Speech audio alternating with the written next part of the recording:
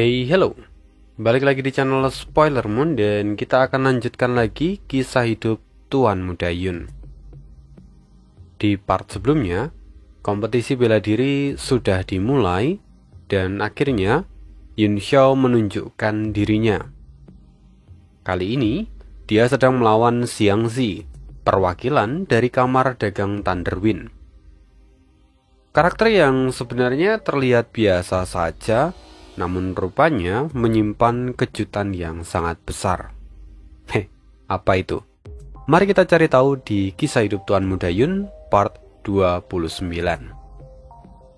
Bam! Tabrakan dahsyat terjadi antara pedang Yun Xiao dan tombak Xiang Zi. Semua orang berdecak kagum. Bahkan pertarungan antara para ahli di ranah martial supreme pun belum tentu akan semenakjubkan ini. Namun Yun Xiao memang tidak diuntungkan karena kultivasinya sendiri hanya di tingkat ranah martial Emperor bintang 7. Sementara Xiang Zi kekuatannya setara dengan martial supreme bintang 3. Alhasil, serangan Yun Xiao lama-kelamaan terlihat memudar, sementara serangan tombak Xiang Zi masih terus bergerak maju ke arah Yun Xiao. Pupil mata Yun Xiao mengecil saat dia mengembangkan pedangnya seperti sayap. Kepingan salju mulai berjatuhan di udara, dan segera hamparan putih yang luas pun muncul. Apa yang terjadi? Dia akan menghadapi tombak itu secara langsung. Semua orang kembali dibuat terkejut oleh gebrakan Yun Xiao. Kini cahaya tombak dari tombak Xiang Zi telah mencapai dada Yun Xiao, namun Yun Xiao masih menutup matanya. Xiang Zi pun terkejut. Dia merasakan ada sesuatu yang janggal. Xiang Zi berseru, "Kau benar-benar mencari kematianmu sendiri."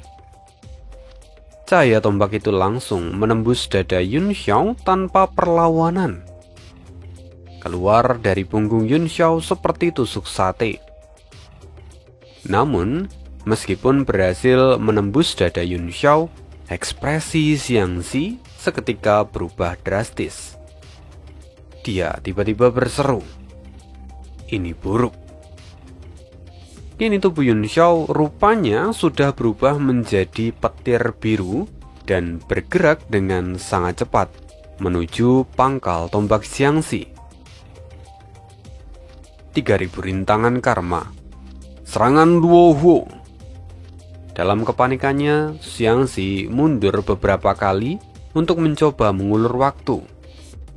Kemudian tombak panjang di tangannya memancarkan sinar hijau, memecahkan udara dingin yang melekat pada tubuhnya. Bang! Kedua pedang bintang dingin langit utara tiba-tiba menghantam tombak Luohuo. Energi yang kuat menyebar dengan sangat cepat. Cahaya hijau dan putih kini saling terkait satu sama lain. Dan kedua sosok itu tenggelam di dalam cahaya yang kuat. Sinar cahaya putih terus keluar dari tubuh Yun Xiao. Sementara itu, pembuluh darah di tubuh Xiang Zi kini mulai bengkak, seolah-olah itu bisa meledak kapan saja. Sialan! Xiang Zi tampak mengutuk.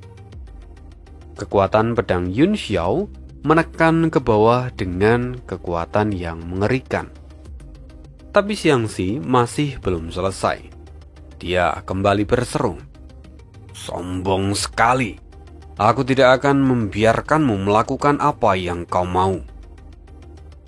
Wajah Xiang Zi berubah. Serangkaian ledakan terdengar dan otot-ototnya semakin menonjol. Melihat itu, pupil mata Yun Xiao mengecil dan dia sadar bahwa Xiang Zi menjadi semakin kuat. Apakah ini transformasi iblis? Tidak.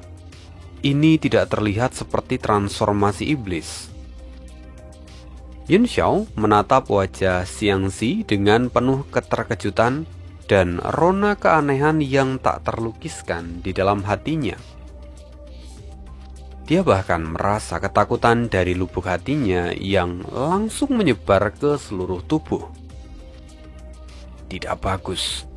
Ini adalah kekuatan dari garis keturunan. Tekanannya sangat kuat. Orang ini jelas memiliki garis keturunan naga. Dan garis keturunannya juga sangat kuat. Mungkin dia adalah keturunan langsung dari generasi pertama naga kuno sejati. Kata Yao Long dari dalam jiwa Yun Xiao. Mendengar perkataan Yao Long, Yun Xiao pun terkejut. Dia kini menyadari bahwa tekanan yang mengerikan ini adalah tekanan dari seekor naga. Tidak heran, tekanan ini terasa sangat familiar. Tekanan ini sungguh sangat mirip dengan perasaan yang ia rasakan dari mutiara tulang naga. Yun Xiao berpikir, pantas saja kalau dia begitu tertarik dengan apa yang ada di dalam menara itu. Ternyata dia adalah keturunan naga yang sejati. Kalau dia bisa mendapatkan manik tulang naga itu, jelas dia akan menerima efek yang sangat besar. Memikirkan hal ini, Yun Xiao menghela nafas sejenak. Ekspresinya tampak serius. Sekarang dia tidak punya waktu banyak untuk berpikir. Kalau Xiangxi dibiarkan, dia akan menjadi semakin kuat dan Yun Xiao mungkin tak akan bisa mengalahkannya.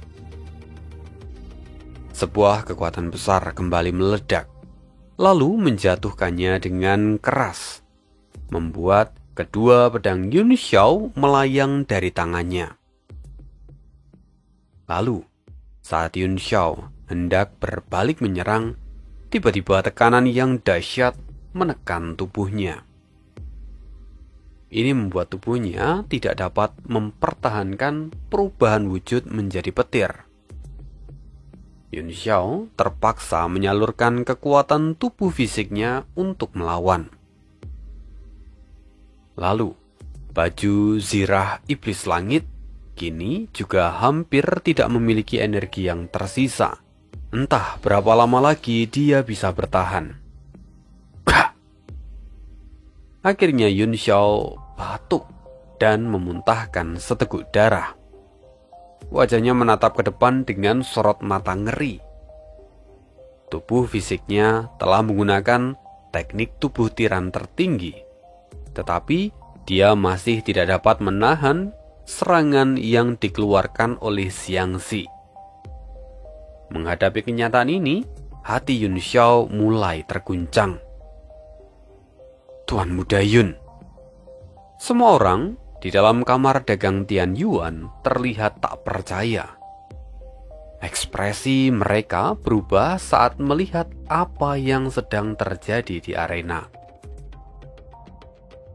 Sekarang, Xiangxi memegang ujung tombaknya, sementara ujung yang lain kini menunjuk ke tanah dan aura pembunuh yang tak terlukiskan terus-menerus keluar dari tubuhnya. Wajahnya tampak seperti terdistorsi antara wujud manusia dan wujud bayangan iblis yang ada di belakangnya. Hanya dengan melihatnya saja, seseorang bisa merasakan getaran yang datang dari kedalaman jiwanya. Ngeri. Yun Xiao bukan satu-satunya yang terkejut. Namun semua orang di dalam serikat pedagang yang menonton hari itu tercengang, tak bisa berkata-kata. Cui Bo pun tampak menelan ludah. Dia berkata dengan penuh keterkejutan, "Tetua Min, dari mana orang ini berasal dan bayangan apa itu?" Wajah Tetua Min juga tampak kebingungan. Kekuatan tak terduga yang bahkan membuatku merasa takut ternyata adalah bayangan ini. Apa ini sebenarnya? Semua orang yang mendengar itu tentu merasa pusing. bagaimana mungkin orang yang membawa peserta ini justru tidak tahu apa-apa? Pada saat ini, Tang Jie yang tadinya tak sadarkan diri setelah pertarungannya, tiba-tiba saja dia membuka mata. Tatapannya tajam menuju ke arena. Luo Ying yang merawatnya menyadari bahwa Tang Jie terlihat tidak normal. Luo Ying tampak mengerutkan kening dan berkata, "Tang Jie, ada apa?" Tang Jie kini tampak menggumamkan beberapa patah kata dengan suara pelan yang bahkan tidak dimengerti oleh siapapun. Kemudian, Tang Jie tiba-tiba terbang ke langit. Dia tidak mengucapkan sepatah kata pun. Lalu dia pergi dan terbang menjauh. "Tang Jie!" Luo Ying berteriak. Dia terlihat sedikit marah. Tapi Tang Jie tidak memberikan tanggapan apapun. Dalam sekejap, dia sudah menghilang di cakrawala. Dari arah yang ia tuju, tampaknya Tang Jie hendak kembali ke kuil dagang Forpol. Wajah Tang Xin berubah menjadi serius. Dia bergumam. Mungkinkah Tang Jie ketakutan dan memilih untuk melarikan diri? Atau apakah ini karena dia sudah menjadi setengah iblis, yang mana dia menjadi takut pada sosok di tubuh Xiangxi? Kerutan terlihat jelas di dahi Tang Xin. Ada banyak pertanyaan tetapi tidak mampu dijawab. Sementara itu, Yun Xiao, dia yang berada di dalam arena, menanggung beban jiwa yang sungguh luar biasa. Jika bukan karena kekuatan jiwa Yun Xiao yang sangat tinggi, Yun Xiao pasti sudah tidak mampu menahan tekanan ini. Yun Xiao tampak menghela nafas dan dia kembali merapikan semua pemahaman yang berserakan di dalam kepalanya. Dia berkata, "Bicara tentang keturunan naga, bukankah Luo Qingyun juga adalah keturunan naga? Mengapa ada perbedaan yang begitu besar di antara mereka berdua?" Kini terlihat, baju Yun Xiao basah oleh keringat dingin. Dia segera mengedarkan teknik ilahi ekspansi besar untuk menenangkan jiwanya dan menghilangkan rasa takut dari dalam tubuhnya. Dan setelah teknik ini beredar, Yao Long juga perlahan menjadi lebih tenang. Yao Long berkata dengan suara yang dalam, "Perbedaan garis keturunannya terlalu besar. Mereka memang tidak bisa dibandingkan." Bayangan di sebelah anak ini tampaknya adalah putra naga sejati. Meski dia bukan naga sejati kuno, tetapi dia adalah eksistensi alam dewa peringkat 10 dari zaman kuno. Dan anak ini seharusnya adalah keturunan dari naga itu. "Sialan," Yun Xiao mengumpat. "Bagaimanapun ini hanya teknik biasa. Tetapi bagaimana bisa kekuatan naganya sangat kuat? Sekarang, apa yang harus kulakukan untuk melawan orang ini?" Yao Long mencoba untuk lebih tenang dan mencoba menganalisis. Kalau dari yang kuperhatikan, kekuatan garis keturunan anak ini terlalu kuat. Sepertinya dia juga tidak bisa mengendalikan kekuatannya dengan baik. Itulah sebabnya dia hanya melepaskan kekuatan naganya dan tidak menyerangmu. Melihat apa yang dikatakan oleh Yao Long, Yun Xiao mengertakkan gigi. "Aku mengerti sekarang. Tapi meski begitu, sosok naga ini terlalu mengerikan." Yun Xiao segera menggunakan celah ini. Dia membuat segel di tangannya. Lalu kemudian, 2 pedang bintang dingin langit utara kembali terbang ke langit, dan di bawah kendali segel tangannya, pedang itu memancarkan aliran udara yang dingin. Wajah Xiangxi menjadi sangat jelek. Di dahinya kini muncul 2 benjolan transparan, seolah-olah ada tanduk di sana yang hendak keluar. Kemudian, bayangan putra naga yang ada di belakangnya kini telah kembali ke dalam tubuh Xiangxi. Lalu perlahan, tekanan yang dikeluarkan oleh Xiangxi berangsur-angsur menghilang. Sambil memegang tombaknya, Xiangxi menatap Yun Xiao dan berkata, "Aku tidak menyangka akan mengungkapkan keberadaanku secepat ini. Sungguh mengejutkan. Tapi karena semua orang sudah tahu, maka saat ini adalah akhir dari kompetisi bela diri ini."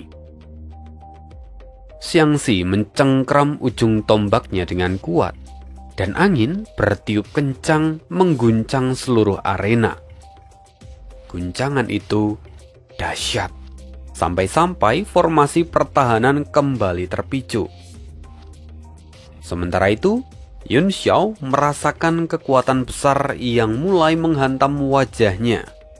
Dia bahkan sampai kesulitan untuk berdiri tegak.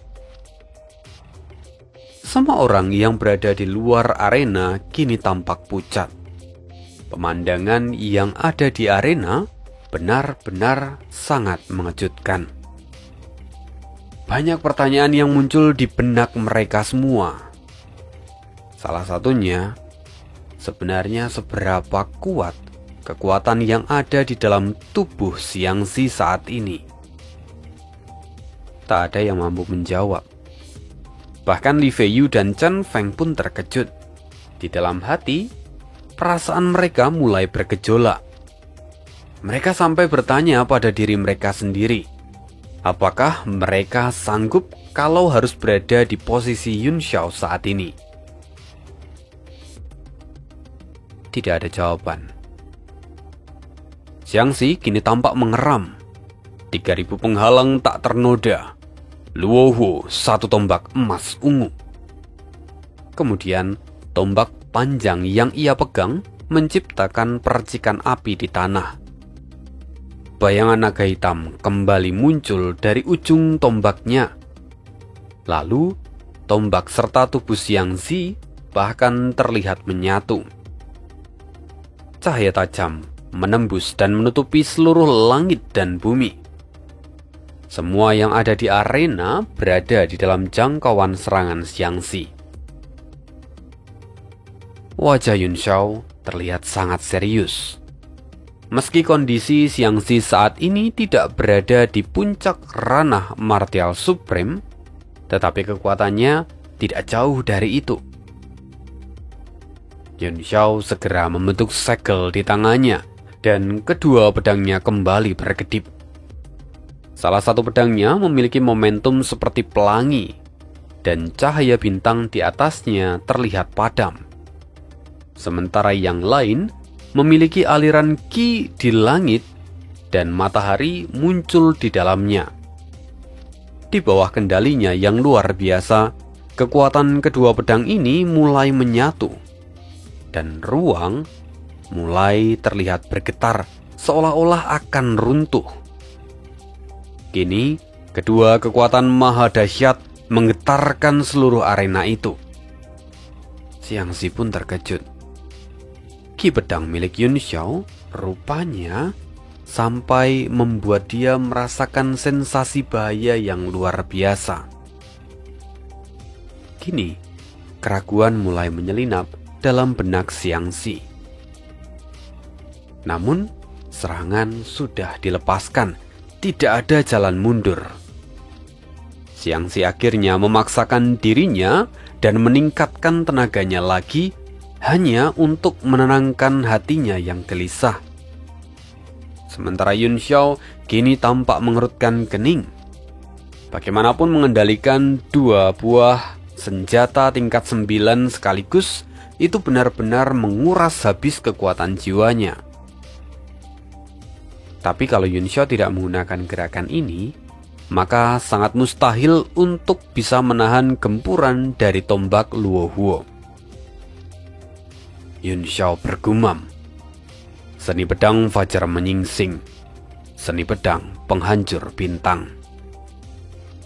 Kedua senjata tingkat 9 itu seolah hidup.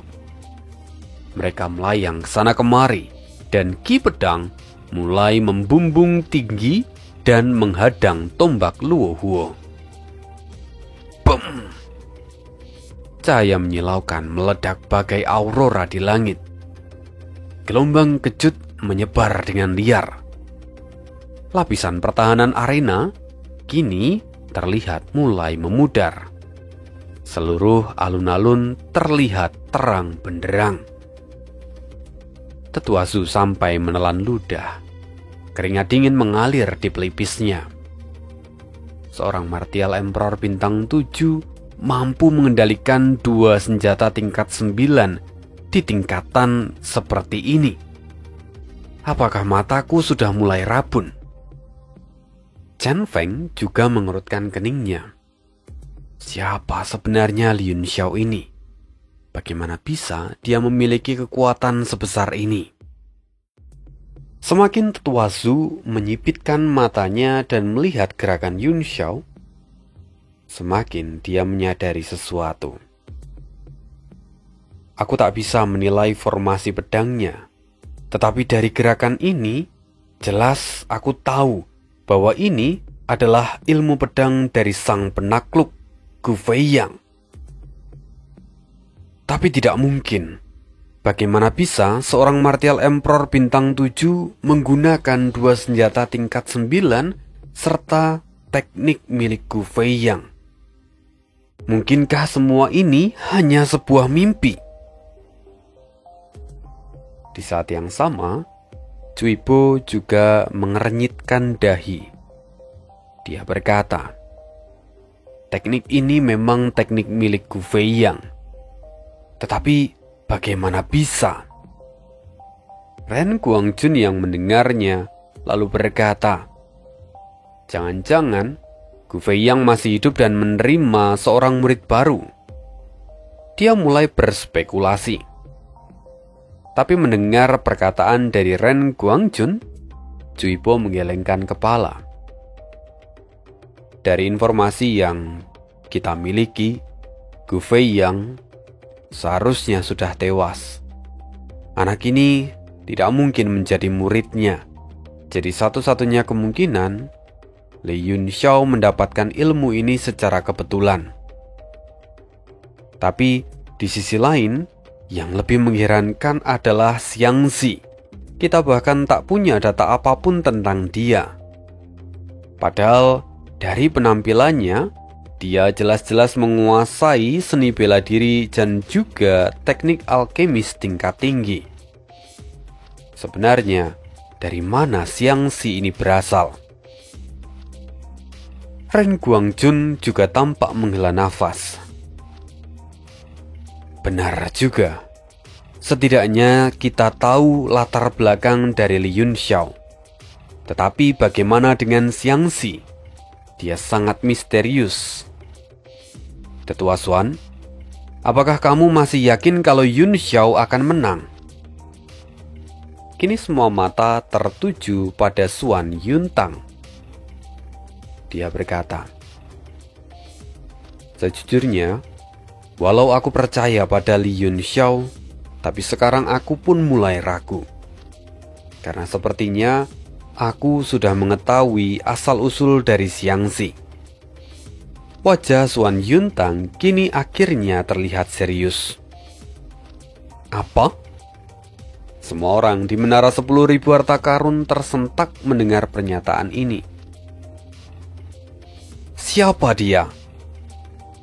Mendengar itu Xuan Yuntang menghela nafas sejenak dan berkata, aku tidak bisa mengatakannya. Aku masih harus mengkonfirmasinya terlebih dahulu. Mendengar itu semua orang tentu tampak kecewa. Sementara itu, di sisi kamar dagang Tian Yuan saat ini, Mo Xiaochuan benar-benar terlihat tegang. Ini buruk. Mendengar itu Cao Huang Haolian tersenyum. Tidak perlu panik begitu. Lagi pula, setelah Tuan Muda Yun menggunakan gerakan ini, bajingan itu pasti akan tumbang.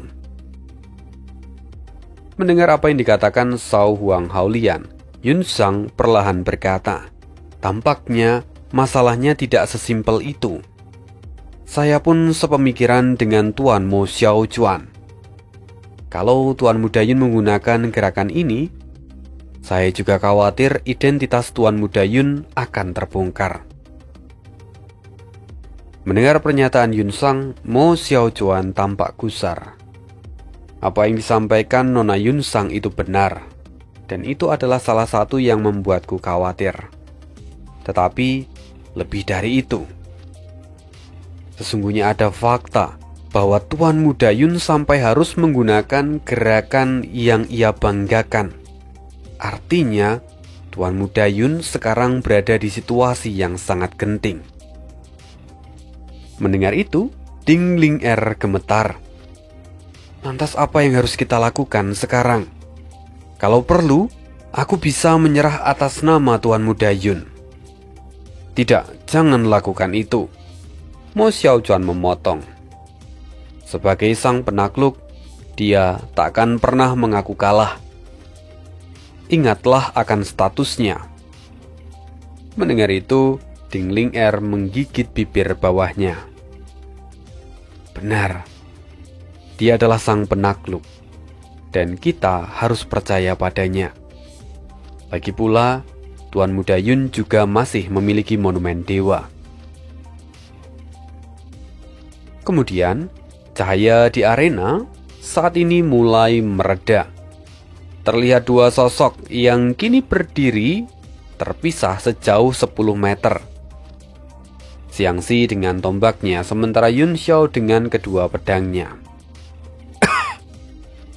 Yun Xiao batuk darah.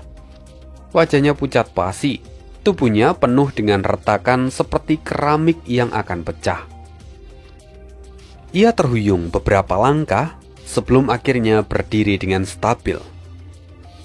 Meski arena yang mereka gunakan telah menyerap sebagian dari energi yang dilepaskan, namun dampak tombak Luo Huo ternyata masih merusak tulang dan juga organ dalam tubuhnya. Untungnya, teknik penempaan tubuh Yun Xiao masih bisa menyerap sisa kerusakan dan mempercepat pemulihannya. Kalau tidak, Yun Xiao pasti sudah tumbang saat ini. Di sisi lain, semburan darah mencuat dari bahu kiri dan kanan Xiangxi. Tombak Luo Huo juga mulai terkulai lemas, tampak tak berdaya. Pertarungan itu memang sangat intens. Kedua belah pihak pun sampai terluka parah. Sialan, seekor serangga berani melukaiku. Xiangxi mulai mengamuk. Teriakannya memicu aura naganya yang kemudian kembali meluap-luap. Wajah Yun Xiao kembali masam. Sebagian lukanya telah pulih, tetapi kondisinya belum benar-benar stabil. Meski begitu, Yun Xiao tetap dipaksa untuk segera bertindak. Dia membentuk segel dan mengendalikan pedang-pedangnya. Xiangxi nyaris tersedak melihat itu. Bagaimana bisa kau masih punya kekuatan untuk melawan? Tapi Yun Xiao tak menghiraukan Xiangxi. Dia berkata, formasi pedang ganda, bangkitlah. Segel demi segel ia lemparkan, membuat kedua pedangnya beresonansi. Kini cahaya keemasan menyelimuti bilah-bilah pedangnya, dan kemudian membentuk formasi yang mengerikan. Ki pedangnya membumbung tinggi ke langit. Tubuh Yun Xiao gemetar menahan beban.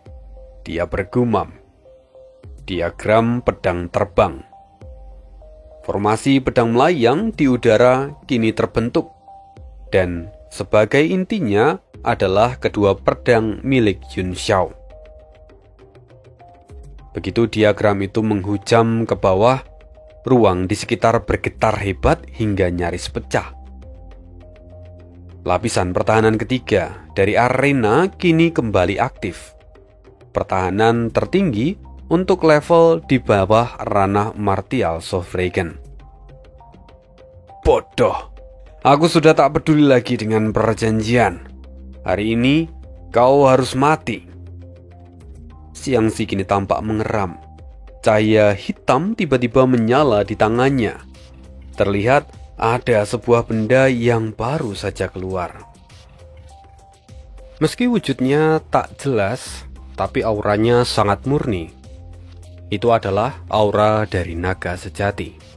Getarannya sampai membuat jantung Yun Xiao berdesir. Itu adalah harta pusaka naga sejati, benda yang setara dengan mutiara tulang naga milik Yun Xiao. Maju. Yun Xiao tak memberi waktu pada Xiangxi. Segel di tangannya menekan formasi pedang untuk menghujam lebih cepat. Benda di tangan Xiangxi melebur menjadi cahaya hitam yang kemudian menyelubungi tubuhnya. Boom! Tabrakan dahsyat. Ki pedang mulai berhamburan. Tiba-tiba dari pusat ledakan, sebuah raungan naga menggelegar. Lapisan pertahanan keempat dari arena itu kemudian aktif. Ini adalah level yang biasanya hanya muncul dalam pertarungan di antara para ahli di ranah martial Sovereign. Melihat itu para penonton terpana. Belum lagi perubahan pada Xiangxi. Dengan kekuatan yang baru saja dilepaskan, rupanya itu setara dengan kekuatan ahli di ranah martial Sovereign. Semua orang mencoba mengamati arena lebih dalam.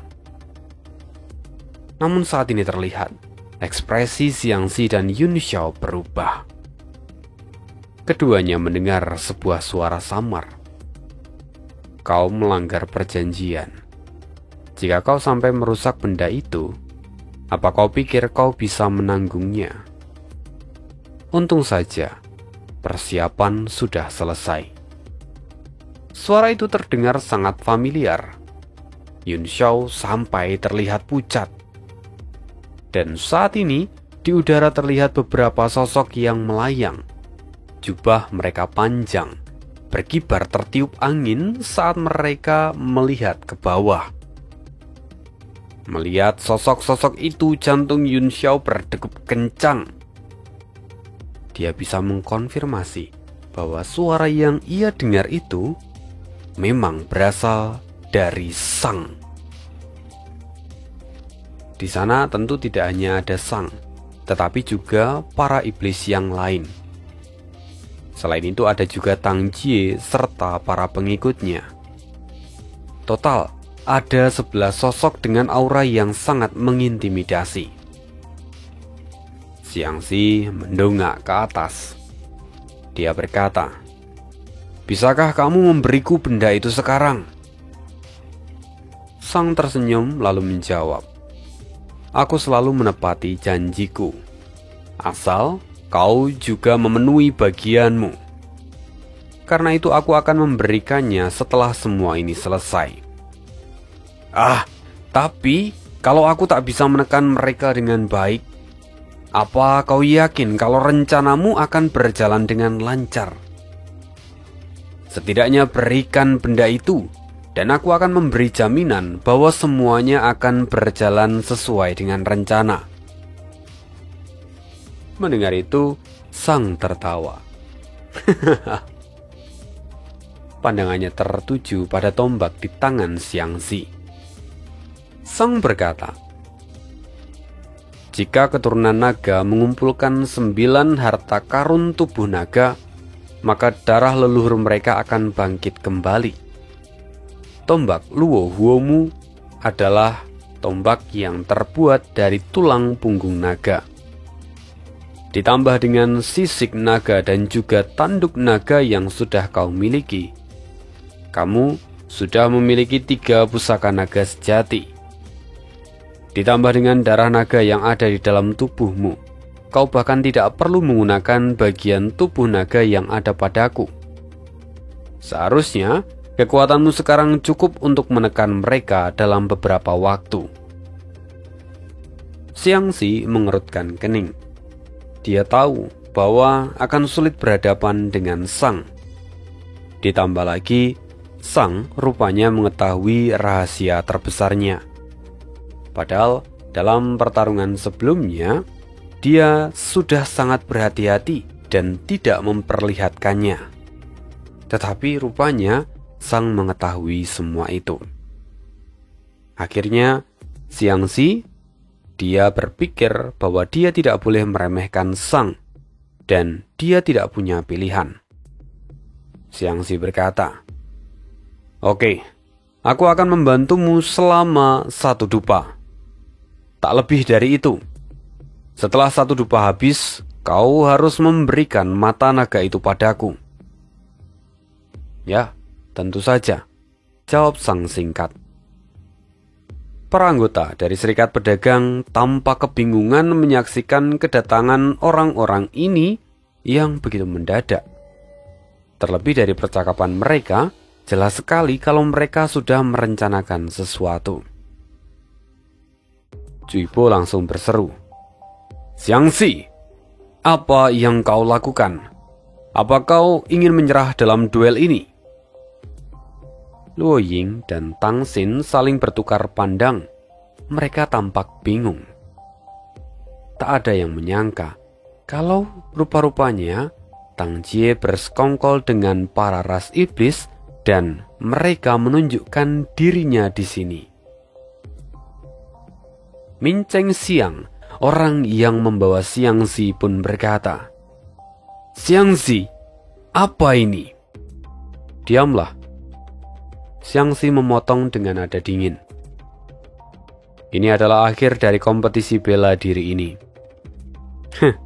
Bocah-bocah bau kencur. "Apa kalian pikir aku akan bergabung dengan kamar dagang kacanganmu hanya untuk mendapatkan imbalan dan hadiah?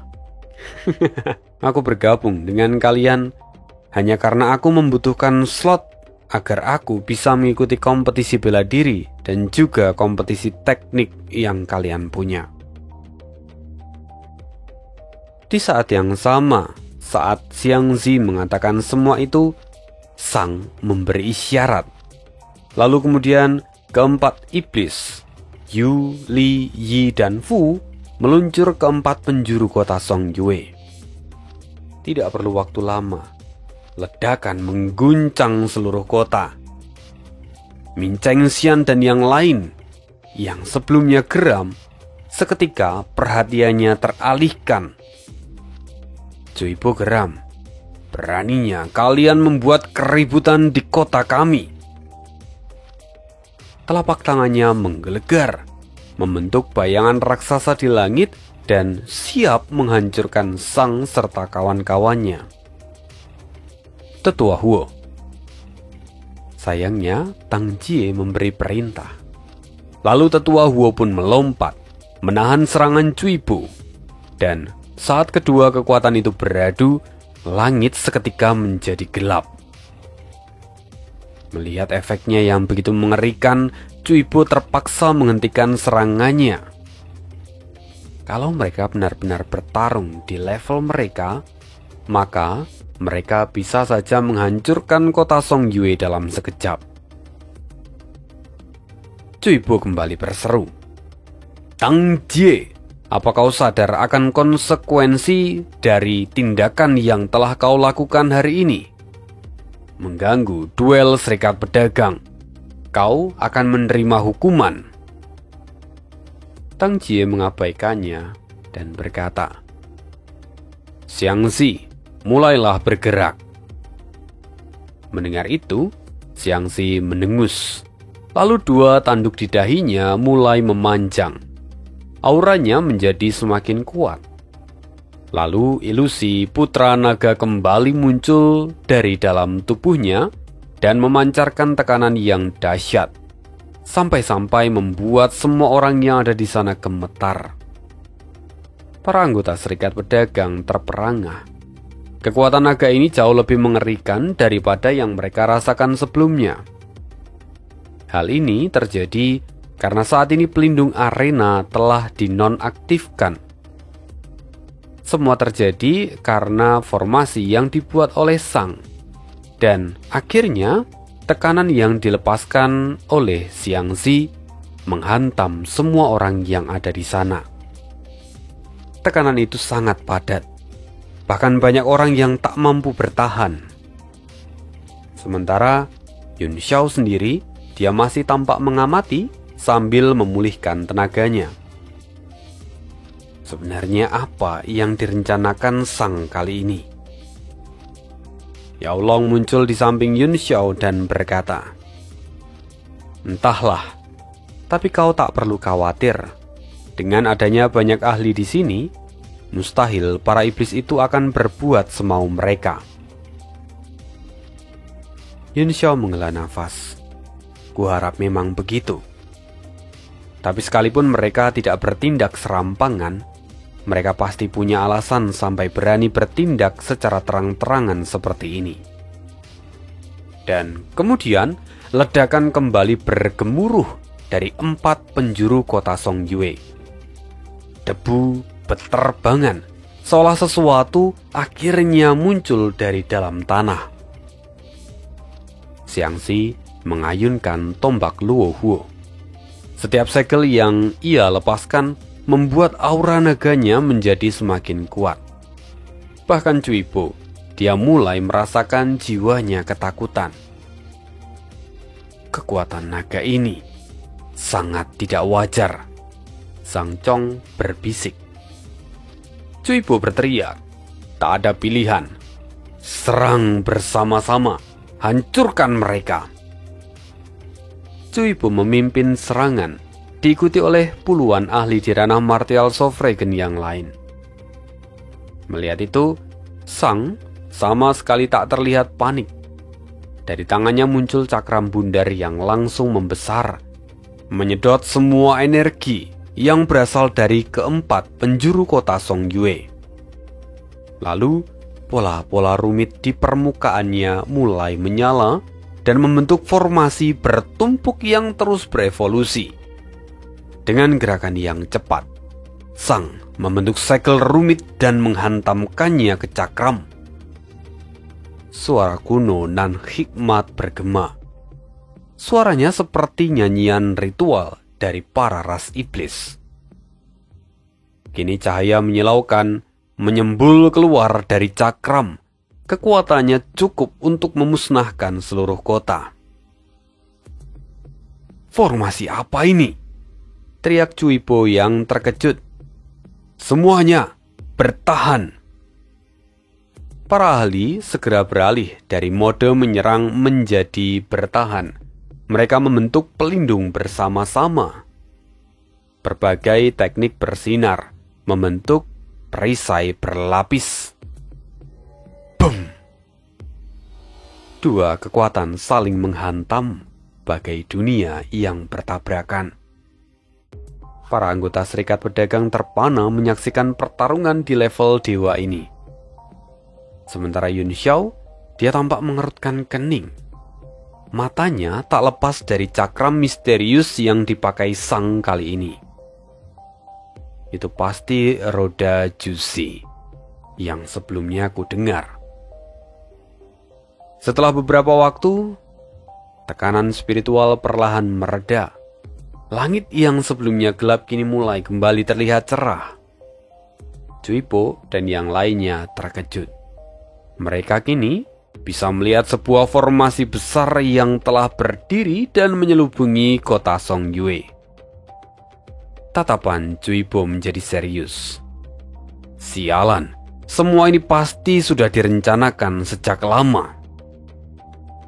Mendengar kemarahan Cui Bo, Luo Ying pun dipenuhi dengan amarah. Dia berseru kepada Tang Jie, Tang Jie, Tetua Hao, apa maksud kalian? Tang Jie menatap Luo Ying dengan tatapan dingin. Lalu, dengan suara santai dia menjawab, "Hari ini, kami akan menciptakan era baru untuk serikat pedagang. Bergabunglah, dan kalian akan selamat." Mendengar itu, Luo Ying tertawa getir. "Kau gila! Bahkan dengan jumlah kalian dan juga formasi yang kalian gunakan sekarang, apa kalian pikir kalian bisa menang dari kami? Tang Jie, kalau sampai ketua sekte tahu..." Luo Ying, asal kau tahu, ayah adalah orang yang telah mengirim Tetua Hao untuk membantuku. Jika kau masih tak paham akan skema besar ini, maka berhentilah bicara, dasar katak tua dalam tempurung. Kata Tang Jie memotong perkataan Luo Ying, seolah-olah memberikan tamparan besar pada Luo Ying. Dia adalah tetua tertinggi kedua dari guild dagang Forpol. Tetapi dia bahkan tidak mengetahui rencana ini. Ya, ceritanya masih panjang, dan bagian ini cukup mengejutkan. Sosok Xiangzi yang dari awal kemunculannya memang memiliki kesan misterius, tapi ya biasa saja. Ternyata dia memiliki siasat yang sangat mendalam. Latar belakangnya pun tak biasa. Dan jujur kali ini Ani sangat suka pengembangan cerita ini. Semakin menarik dan semakin kompleks. Terlihat jelas dari bagaimana cara penulis ini membuat naskahnya. Pertempuran tidak lagi hanya satu kubu dengan kubu yang lain, tetapi sudah bercampur aduk menjadi sesuatu yang memerlukan pemikiran untuk bisa memahaminya. Dan ya, semakin menarik, semakin Ani suka. Dan kekacauan ini masih belum berakhir, masih gantung. Tapi karena sudah sangat malam, kita harus akhiri ini.